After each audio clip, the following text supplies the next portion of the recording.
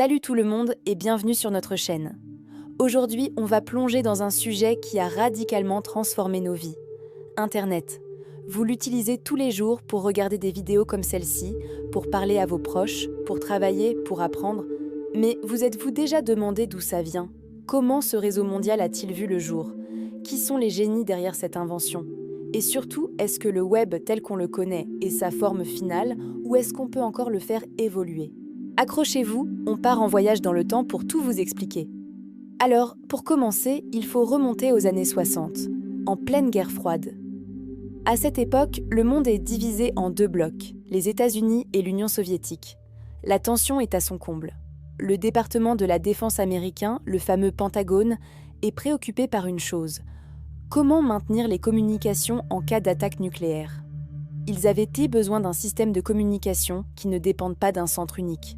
Un réseau décentralisé où si une partie est détruite, l'information peut quand même trouver un autre chemin pour arriver à destination. C'est là qu'intervient l'ARPA, l'Agence pour les projets de recherche avancés de la défense. En 1969, ils lancent un projet révolutionnaire nommé ARPANET.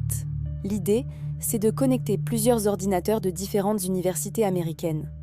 Au début, il n'y en avait que 4, un à l'UCLA, un à Stanford, un à l'Université de Californie à Santa Barbara et un à l'Université de l'Utah.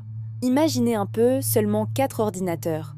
Le tout premier message envoyé sur ce réseau était censé être le mot « login ». Mais après les 2 premières lettres, L et O, le système a planté. Le premier message de l'histoire d'Internet a donc été « Lo ». Assez ironique, non? Maintenant, la grande question: qui a inventé Internet? C'est là que ça devient intéressant, parce qu'on ne peut pas attribuer cette invention à une seule personne. C'est le résultat du travail de nombreuses personnes brillantes sur plusieurs décennies.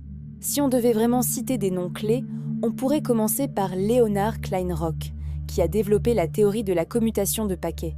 L'idée de découper l'information en petits morceaux, les paquets, pour les envoyer sur le réseau. C'est la base même du fonctionnement d'Internet. Ensuite, il y a J.C.R. Licklider, qui a eu la vision d'un réseau galactique, où tout le monde pourrait accéder à des données et des programmes depuis n'importe où. Une idée complètement folle pour l'époque, mais c'est lui qui a planté la graine chez les chercheurs de la RP. Et bien sûr, on ne peut pas parler des pères d'Internet sans mentionner Vinton Cerf et Robert Kahn. Dans les années 70, ils ont créé le protocole qui est encore aujourd'hui le langage universel d'Internet, le TCP/IP. Pensez-y comme aux règles de la route pour les données. TCP, le protocole de contrôle de transmission, s'assure que tous les paquets arrivent à bon port et sont réassemblés dans le bon ordre. Et IP, le protocole Internet, c'est comme l'adresse postale qui indique où chaque paquet doit aller. Sans TCP/IP, pas d'Internet tel qu'on le connaît. Les différents réseaux ne pourraient tout simplement pas se parler. Donc ARPANET était le grand-père, mais il y avait d'autres réseaux qui se développaient en parallèle. Le TCP/IP a permis de connecter tous ces réseaux entre eux, créant un réseau de réseaux. C'est ça l'Internet. Mais attention, à cette époque, Internet, c'est encore un truc de militaires, de scientifiques et d'universitaires. C'est pas du tout grand public. Pour que ça le devienne, il a fallu une autre invention majeure. Et là, on fait un bond en avant jusqu'au début des années 90, en Suisse, au CERN, l'Organisation européenne pour la recherche nucléaire. Un informaticien britannique nommé Tim Berners-Lee travaillait là-bas. Il était frustré par la difficulté de partager des informations entre les milliers de chercheurs du CERN. Chaque ordinateur avait son propre système, c'était un vrai bazar. Il a alors eu une idée de génie: créer un système d'information basé sur l'hypertexte. L'idée de pouvoir cliquer sur un mot ou une image pour sauter vers une autre information. Ça vous dit quelque chose? C'est le World Wide Web. Pour que ça marche, Tim Berners-Lee a inventé 3 technologies fondamentales. D'abord, les URL, les adresses web que vous tapez dans votre navigateur. Ensuite, le HTML, le langage qui permet de créer les pages web. Et enfin, le HTTP, le protocole qui permet à votre navigateur de demander une page à un serveur et de l'afficher. En 1991, il met en ligne le tout premier site web de l'histoire. Et le plus incroyable, c'est qu'il a décidé, avec le CERN, de rendre cette technologie publique et gratuite. Il aurait pu devenir l'homme le plus riche du monde, mais il a choisi de l'offrir à l'humanité. Un geste absolument monumental. c'est ce qui a ouvert les vannes.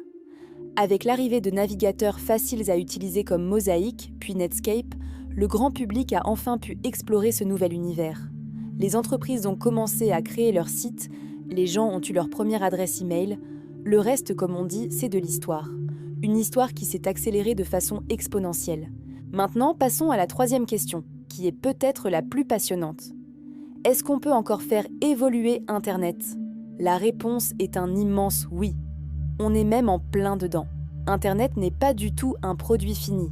Il est en constante évolution. Pensez-y.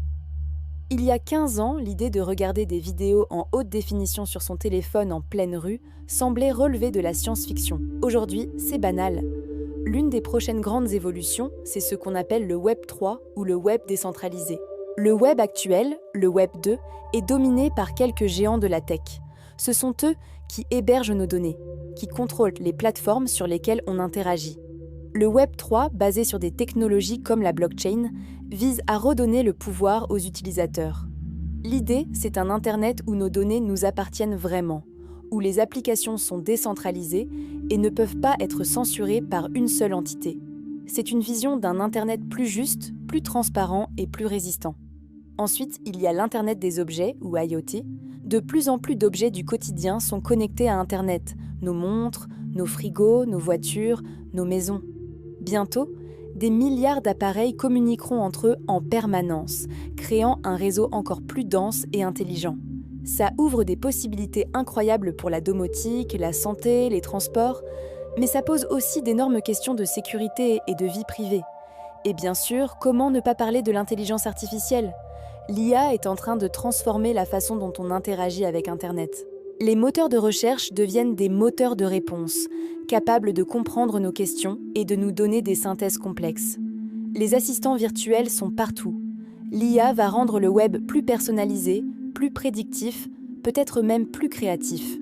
Elle va nous aider à gérer l'explosion d'informations et à trouver exactement ce dont on a besoin. On peut aussi imaginer un Internet plus immersif.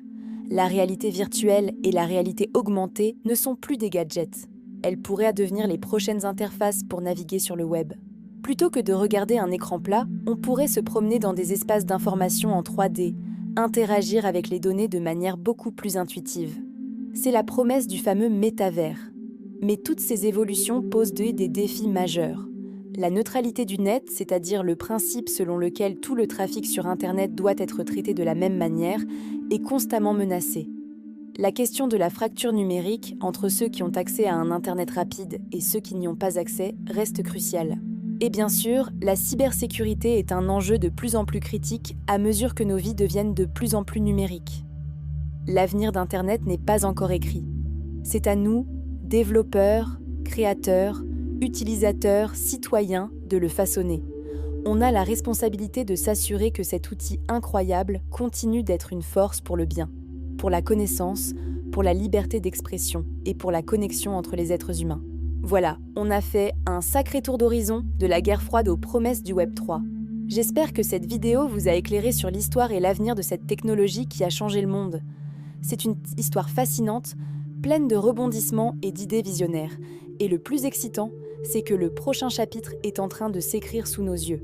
Si vous avez aimé cette vidéo, si vous avez appris quelque chose, la meilleure façon de nous soutenir, c'est de vous abonner à la chaîne. Ça nous donne une force incroyable pour continuer à créer du contenu comme celui-ci. N'hésitez pas non plus à laisser un pouce bleu et à partager la vidéo avec vos amis. Et dites-nous en commentaire ce que vous pensez de l'avenir d'Internet. Quel est le futur que vous imaginez ou que vous espérez ? Merci beaucoup de nous avoir regardés et on se retrouve très vite pour une nouvelle vidéo. Ciao!